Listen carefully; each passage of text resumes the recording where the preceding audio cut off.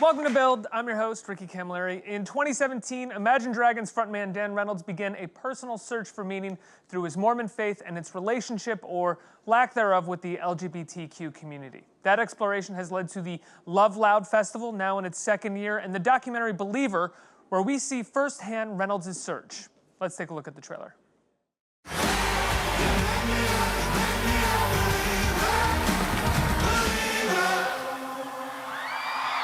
I don't know that I could think of many more opposite worlds than that of a rock star and that of a Mormon missionary. I was told this was Dan Reynolds. Love your music. I'm struggling a lot with self-acceptance because of my sexuality. I have no idea if you support same-sex marriage since you are a Mormon, but if you do support it, thank you a lot, and it means the world to me.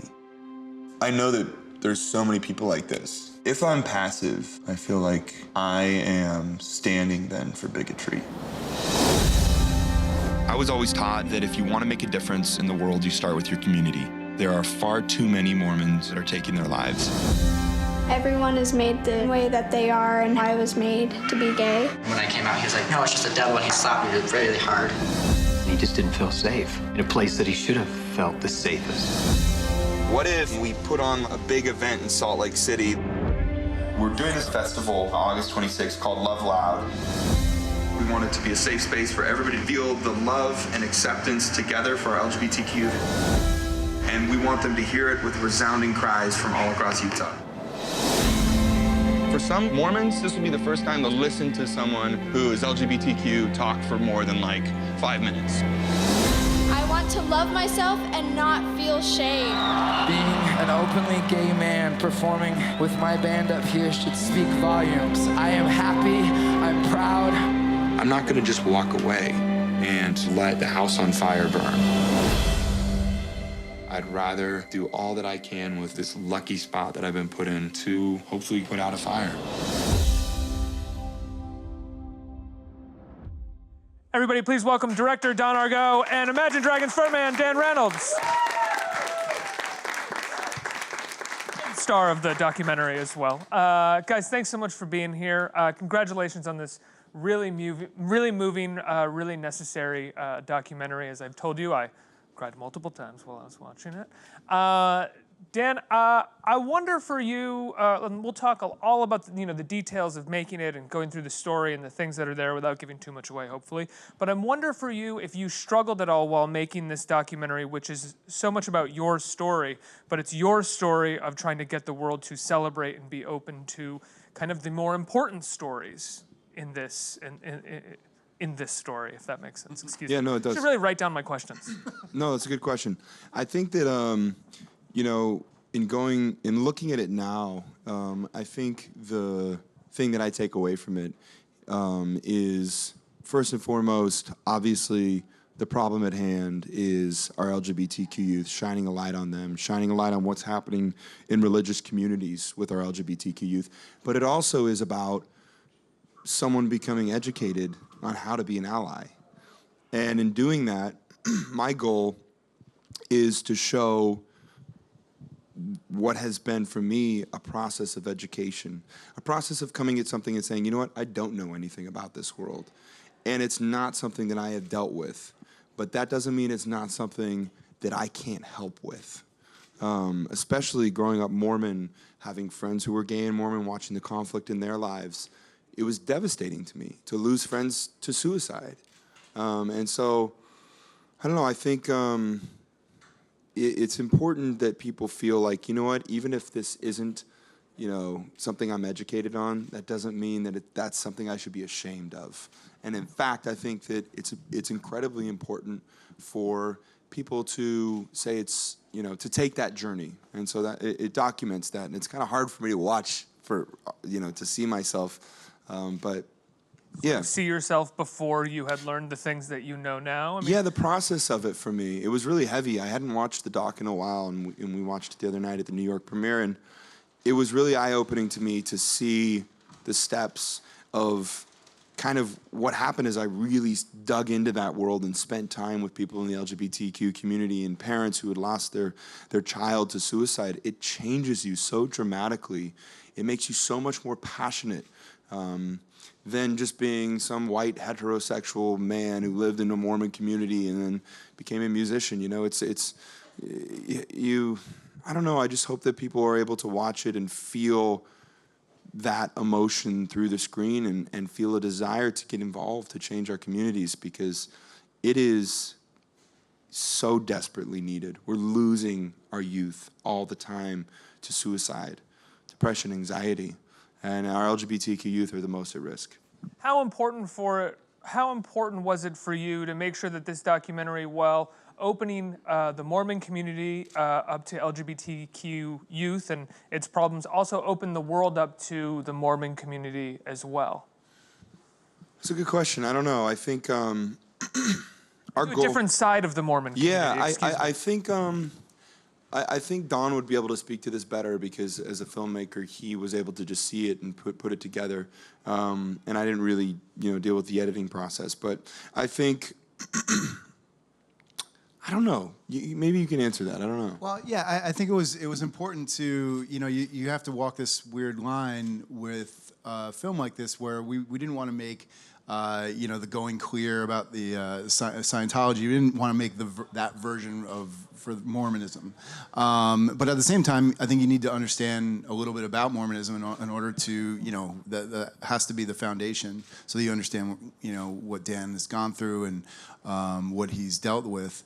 But yeah, there's plenty. It's certainly, if you want to learn about the Mormon faith, it's probably not there's not a primer on Mormonism to watch this movie, but I do think it was important to try to contextualize, the religion, and obviously the main foundational thing that Dan is kind of like trying to shed light on and bring attention to, which is the policy that's the church has against homosexuality. So that was obviously really important to get across. But there's plenty of things we didn't get into Mormonism-wise, like like deeper things within the religion, because I don't think you should be distracted by that. No, but I think one of the things that you do very well is something that is happening for a lot of us right now in regards to a lot of different things, which is that the policy of the leaders doesn't necessarily reflect the beliefs and feelings of the people who represent the whole. How so do you mean? Wait, what? Yeah. But that, what you said right there, yes. Yeah, that's the goal of everything, is to say, you know what? If the doctrine's not going to change, if the leaders aren't going to change, then the people's hearts need to change. And if they don't change, we're going to continue to see these trends continue to go up. We've seen the suicide rate in Utah quadruple. And LGBTQ youth are 8 times more likely to take their lives when not accepted in their home or community. So you put that in a religious community like Utah, full of Mormons, well, what do you think you're going to see? You're going to see an increase in these kids who feel this religious guilt. And when you present them with 3 options, which this is what Orthodox religion gives them. These are your options. Be celibate. Be in a mixed orientation marriage, so marry outside of your sexual preference, or lie about it, or feel guilty about your love life, about something that should be celebrated. We celebrate all our, the mom and dad say, hey, come on over, bring your girlfriend to Easter. Why can't it be the exact same thing? Until it is, we're going to see our youth feeling like there's no place for them. And when there's no place for them, well, you can bet they're going to be depressed and feel anxiety and have suicidality. What was the most difficult part about making this documentary for you? And I mean, did it even feel like you were making a documentary, or did it feel like you were kind of doing your thing and your exploration, and Don kind of happened to be there following? I was in the bushes a lot. Yeah, didn't even know I was filming. It was really heavy. One, because my family's all very Mormon, and so that put us at odds a little bit, because we see things differently on this. Still? Uh-huh. And my family's everything to me. I love them. And so that's been difficult. And when we say your family, we're not talking about, your nuclear family right now, your wife and your... No. I'm talking about my mom, yeah. my dad, my 7 brothers, and my sister, who are all, they're everything to me. Yeah. We have a very big, close family. So that was hard. I think also... You know, I think I've been okay with this, but I knew there would be backlash on both sides. When you're trying to bridge two communities together, you have to walk a tightrope to try to bring both people to the table. And when you do that, you're never going to be progressive enough for the far left. You're never going to be conservative enough for the far right. So I would get emails angry from both sides. I get emails from religious people saying, you're making more kids gay and you're going to pay for that in heaven. And then I get, from the far left you're saying, still going to heaven, though. Yeah, from saying, you're a white heterosexual male, so you don't, stop trying to capitalize on LGBTQ issues. So for me, I know my truth. I know where my heart has me. And I know that this is my culture, and I know that I can make a change in it. I'm not saying I know I can change doctrine, but I can change let me put it this way. I can ignite a conversation at the dinner table. I'm not saying I can even change people, but that conversation at the dinner table between, parents and kids saying, hey, this Love Loud Festival, I want to go to it, or hey, this HBO documentary, I want to watch it. That I can do because I've been given a platform. So what am I going to do? Not do that as a heterosexual white male? No. I have felt whatever it is. I don't know if it's God or the universe or the stars or whatever you want to call it. They have led me to this moment to be able to just use this platform. I'm not going to spend my life using a platform to write Radioactive 2, 3, and 4. If that's what I do, then That's what I was chuckling at, was the idea that you need to capitalize on something that's going to break apart the emotional connection that you have with family members simply because you're one of the most successful bands in the world right now. You don't need to capitalize on anything that is going to hurt you. And I understand there are people who have paved this road for so many years before me who have done so much more. I get it. But I know that I am in a unique position. There are not many Mormon rock stars in the world. I think there's Donnie and Marie. You're operating in a very local way, which is sort of what you talk about in the documentary. Hopefully that the locality that you're operating in, goes wide and you help even more people than that. But you're very much trying to operate within Utah and the Mormon faith. Yeah, I think you start with your community, But we want to reach way more than just Mormons. This documentary is for people of no faith, people of faith, especially people of Orthodox community faith, to sit down and say, you know what? This applies to the Catholic family. This applies to the Baptist family. It's not just Mormonism that teaches that being gay is a sin. It's all Orthodox religion. Are you still a man of faith? I call myself a unique Mormon. I think that's the most fitting for me. There are days where I don't believe in anything. There are days I don't believe in any God, because there's so much travesty in the world and so much hurt. But that was the case when I was 12 years old, even questioning. But there are days where I absolutely hope there's something, and I have 3 little girls. Do I want to have some party in heaven with them after this? Yeah, of course I want that. You know what I mean? Do I know that? No, I don't know, but I hope it. And there's parts of Mormonism that I love. I love the family values. I love the service aspects. There's a lot of it that I cherish that's part of who I am, and I can't take that. It's like my culture. It's like I couldn't rid myself of it even if I wanted to. Well, that's one thing that I think Don explores in the documentary when it comes to Mormonism is a certain kind of, some of the positives are how it's made you who you are and the sort of drive that it's given you and the, lack of a better word, the belief that it's given you, not just in a higher power, but in yourself. When did you decide that going into that background and exploring Dan's sort of missionary work, that was going to be such a big part of this story? Yeah, and that was such a lot of times when you're making a film, especially a documentary, that the story is not laid out for you, so you're constantly trying to piece things together, find connections where obviously there are connections, and sometimes when things happen in a story that aren't in line with what's happening in the story that we're following, it's difficult. But everything with Dan and his background and the situation with Prop 8 and all of these things, they just started to align like perfectly. But the great thing that would really presented itself, I would say like midway through, was this idea of a mission, you know, that like this is a new mission, and not just the kind of literal journey of like going on a mission and trying to change hearts and minds, but the idea that Mormonism inherently made him the persistent person that he is now, like using against the Mormon Church in a way. So I think that's just like a beautiful, like kind of last thought. And Dan says it perfectly, you know, not to give anything away at the end of the movie. 100 doors. Yeah, the idea that you have to be persistent and you have to keep knocking doors and you don't give up. And I love that. And I think that's just such a great message to leave at the end, because, you know, we would be naive to think that, you know, at the end of this film, you know, the real ending would have been, you know, the Mormon Church changes its stance on, or gets rid of a policy, which, you know, it might take 10, 15, 20 years or never happen. But there is something beautiful about the idea of someone never giving up. And I think that is really, in a way, that's what the song is about. And I think it all just all came together in a really nice way.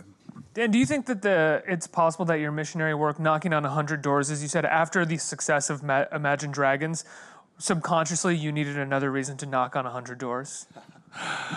You know, that's a good question. What do I do What do I do here? next? Hey. No, man. This band has been so overwhelming for me that it keeps my brain is so clogged with a million things that I genuinely think that it actually came from, I mean, like I said, it came from my therapist sitting down with somebody and saying, Dan, you don't speak your truth. Why? And me saying, I don't want to hurt people's feelings. I don't want to disappoint my parents. I don't want to disappoint my community, my friends, many of which are of faith. But with that being said, I felt like I just needed to, because otherwise I was doing a huge disservice to these youth who needed someone to stand up for them and say, you know what, enough is enough. And why aren't we focusing on what's happening in Utah? Why aren't we focusing on that? We're just going to sit there and watch all these kids continually take their lives, knowing that it's religious guilt. And here's this religious rock star. Can you say something? You know, and that's what I've felt in my head for quite a while, that I've just put to the side saying, we might lose some fans. This will offend some people. I don't want to offend people. I don't want to rock my boat. I don't want to rock my boat. And so it got to a point where I just thought, you know what? What a terrible way to live your life. You need to rock the boat, and if it's not rocking, that sounds like a boring ride. This boat ain't a rocking? Yeah. Well, I was saying that, and I was like, this isn't a good metaphor, because I don't really want my boat to be rocking. That sounds like some seasick stuff. Have you, with the exception of maybe some issues with your family, have you felt any repercussions since starting this? Oh, yeah, for sure. Oh, man. So many that I don't even know of. You know, I like, not to mention just tons of fans or blogs that are like, you know, hate mongering me for trying to create change in the LGBTQ community, but just family. Family's the hardest for me. Getting an email from like my cousin that's like this long thing about him bearing his testimony about how much he's hurt and how he's stood up for my band for all these years, and then I do this, you know. That's the stuff that hurts me the most, because it's family. So I don't have any response to give. Like, I just don't respond, and that makes me sad. And then I go to Easter, and it's like, hey, good to see you. Let's just pretend this never happened, you know? And everybody wants to talk about it because everybody's so opinionated about it. And then, you know, the Mormon Church had the whole thing with Prop 8. So for a lot of Mormons, they had the Prop 8 sign in their yard or the sticker on their car. So here I am coming along saying, hey, that was wrong that every Mormon did that. You think they're not going to be upset? You know, yeah, some of them are. And then some of them are going to say, hey, maybe there's something to this.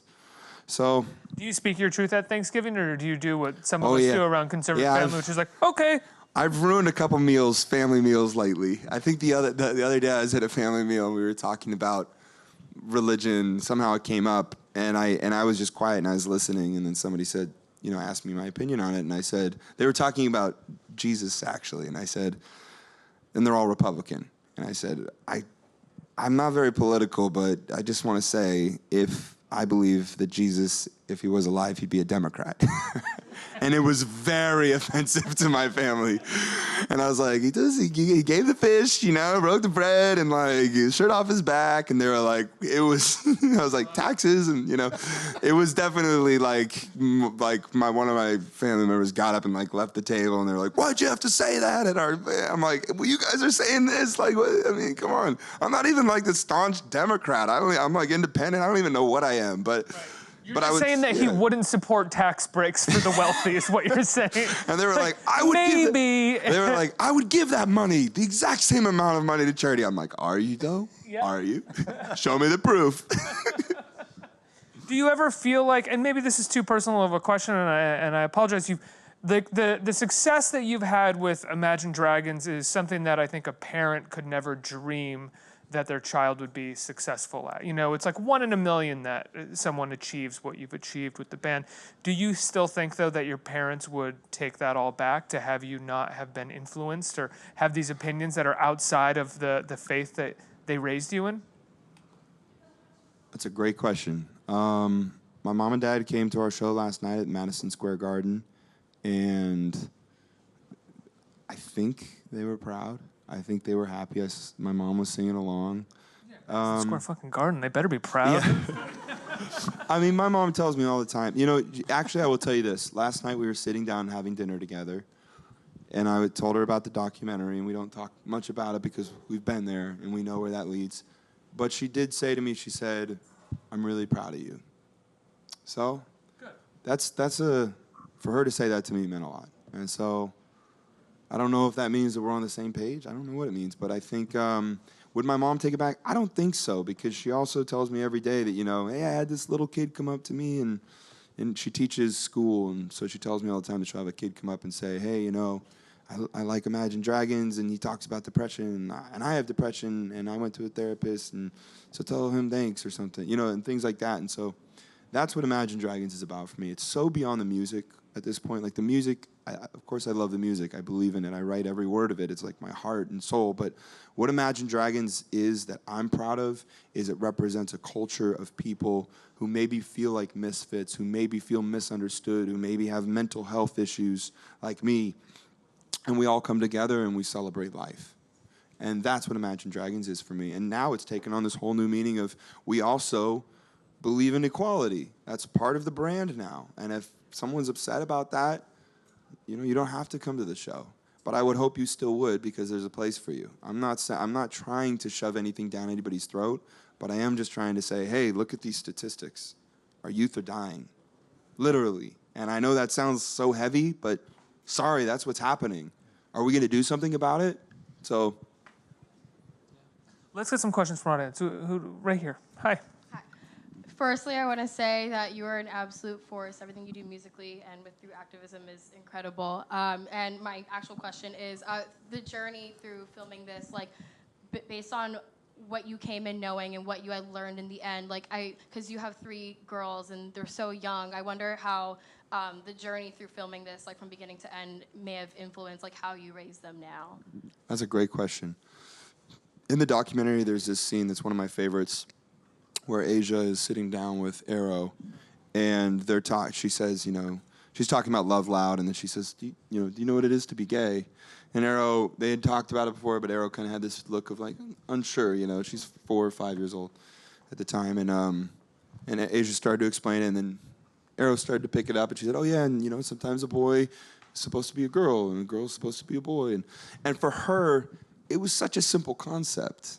Because children, their hearts are they're unaffected by the world and what the world is telling us. So for them, it's simple. It's like, oh, people want to love different? Cool, okay, yeah, let's go play in the sandbox. You know what I mean? Where we're like, whoa, this big deal because I was taught this in church, or I was told this by my grandpa, or whatever. You know what I mean? So it definitely does, in just the setting that I had a lot of people who asked me, hey, I want to come to Love Loud, but I have a young child. I think this might be too heavy for them. No, that's how we stigmatize things. I think that what's the age to start talking to your kid about sexuality? Like, okay, I'm not gonna say sexuality because that can be taken differently, but I don't know the answer to like when to have the sex talk. But I'm saying about how people love differently. As soon as they can talk, why not? We talk about, I'm reading her stories at night that's like Princess and Prince going off and getting married and kissing and then he comes to life, whatever. You know what I mean? Like, where's the Prince and Prince? Like, I'd read that book. So I think as soon as you can, yeah. The one thing that your wife says in that scene that I loved so much was she didn't just teach your daughter about, about gender and about how to love, but she also said sometimes these people are made fun of and persecuted, and we need to protect them. Yeah. And I thought that was really great. Yeah. That's the thing that Jesus would do. Totally. And that's the crazy thing. You know, the first thing you're taught as a young Mormon, you're in this class called primary, and one of the first songs they teach you is a song that goes, if you don't walk like most people do, some people walk away from you, but I won't. I'll walk with you, I'll talk with you, that's how I'll show my love for you. What a beautiful concept. But not if you're gay. Right. But by the way, except if you're gay. Yeah, exactly. You know, it's like, and so it's like, you know, you're taught that so young, and then it's so funny how we just forget that and we don't apply that to our life now as adults who are supposed to be so elevated in our minds, and our hearts are supposed to be bigger. Our hearts are getting smaller, it seems, because here's this 4 or 5-year-old that it's nothing to her. It's nothing. Yeah. Next question. Hi, so our next question is going to come from an online viewer. Bati wants to know, Dan, would you like to take Love Loud Fest to different countries? Yes, is my answer to that. Absolutely. I think there are so many places that this needs to be. I think we start with the places in America that are probably the highest suicide rates. Great shirt, by the way. OG Imagine Dragons shirt. Don't think I didn't notice. But yeah, definitely different countries. Man, there's countries that are still just, it's so brutal. Like, there are countries, even, you know, we were in Brazil. Brazil still, you know, even though they have one of the largest, I think the largest gay parade, pride parade in the world, there is so much persecution going there. We had a fan the other day who sent us a picture of him. He got beat up, completely beat up just for his sexuality. So, absolutely, yes. And Love Loud, second year this summer, right? What's the date on it? It's July 28th, Rice Eccles Stadium. So 40,000. Last year was 20,000, right by the Mormon Temple. So a lot of artists, more artists this year as well. More artists, right? Yeah. more speakers, bigger, and we're just that's the thing. Like you said, you know, it felt like the film feels like, I don't want to give too much away, but it feels like there's 2 steps forward and 10 steps back, and so, well, we're taking 10 steps forward. And that equals 12, which is more than 10. One more. Keep going. I'm a musician. No, but if it's like 10, it's like 2, and then it's like we move it. I think it's 8, actually. You go 2 forward, and then you come down. So you're No, it's 8, and then 10 forward. That would put us. No, I said 12, so that put us at 4. One more question. I'm Caitlin. I've been waiting for this for a while. I'm actually an ally, and I was at Trevor in New York and LA last year too, so I saw you all there. I'm really curious to know a little bit more about some of the positive changes that this has brought about. We talked a lot about some of the tougher challenges with your family, and I'd love to kind of hear about how it might have evolved your friendship with Tyler, for example, and other important people in your life. Great question. First of all, Trevor Project is amazing, and all the proceeds from Love Loud, the festival, as well as any proceeds I make off this film, all go to Love Loud. And Love Loud is basically this umbrella that distributes the money to the Trevor Project, Tegan and Sarah Foundation, which is amazing, and Circle, which is grassroots and provides a lot of aid for LGBTQ kids in Utah, blah, blah, blah. GLAD, a lot of other cool charities. So that's one way that that's creating impact. But I think the more important, I don't want to say more important, but another way that it's creating a lot of impact is I have gotten so many letters from parents who, you know, right after we did Love Loud, there was this sudden outpouring of, there's like it's hard to explain this without knowing Mormon stuff, but there's these leaders in the different Mormon churches, and I had quite a few of them who reached out to me and said, after Love Loud, that week we had 5, 6 kids come out at church to their families. So first, I think it provided this safety zone where these kids felt comfortable to come out, which is huge. Tyler came out when he was 30 years old, which is very typical for a Mormon. That's 30 years of guilt and shame and him feeling tormented and unsafe that he couldn't speak his truth. Me and Tyler are now best friends. I love him. He is one of my favorite human beings. He's killing it at Kinky Boots every night. And so, yeah, absolutely, it formed a bond between the two of us that I think will last a lifetime. So, yeah, and I mean, I've also gotten tons of letters from kids who just felt like Love Loud gave them hope for the future in their community. So I think there's a lot of ways that we don't know how it's affecting, but it's so much bigger than us, and yeah, it's pretty. I'm pretty stoked. Guys, great work on Believer. It's on HBO. When can people see it on HBO? Monday, June 25th, will be on HBO and HBO Go. June 25th. June 25th. And Love Loud, as you said, is July 28th. July 28th. I'm sure tickets are maybe still on sale for that, maybe? LoveLoudFest.com. Awesome. Everybody, please give them a round of applause for the great work. Thank you. Don and Dan, let's hear it. Thank you.